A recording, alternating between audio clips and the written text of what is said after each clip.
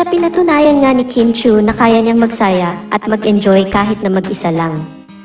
Kamakailan, ibinahagi niya sa kanyang Instagram ang isang video kung saan siya ay 3 beses na sumakay sa roller coaster sa isang theme park sa Amerika.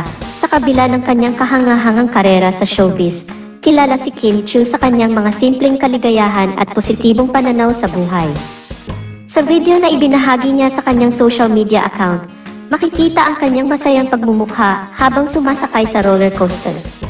Kahit na mag-isa lang siya, wala siyang naramdamang takot o kaba, at sa halip, puno ito ng saya at kaligayahan. Ang video na ito ay nagbigay inspirasyon sa marami sa kanyang mga taga-subaybay. Lalo na sa mga nagnanais na magkaroon ng kakaibang karanasan sa kanilang buhay.